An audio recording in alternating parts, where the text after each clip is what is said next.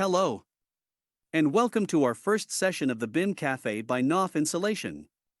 Here you can learn about the BIM technology and get comfortable using it from the manufacturer perspective.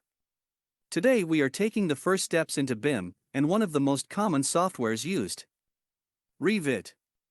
The goal is to understand the BIM files that Knauf Insulation provides on the newly developed BIM factory. Revit is currently developed by the company Autodesk, and, as many of the BIM softwares, it requires a license to be used.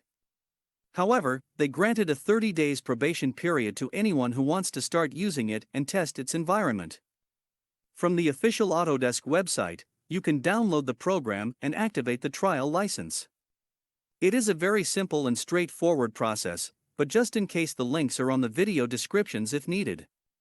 So, we recommend to have Revit installed and activated before continue with this video so the user can practice and get the most of it. Thanks for watching and please, go to the next video.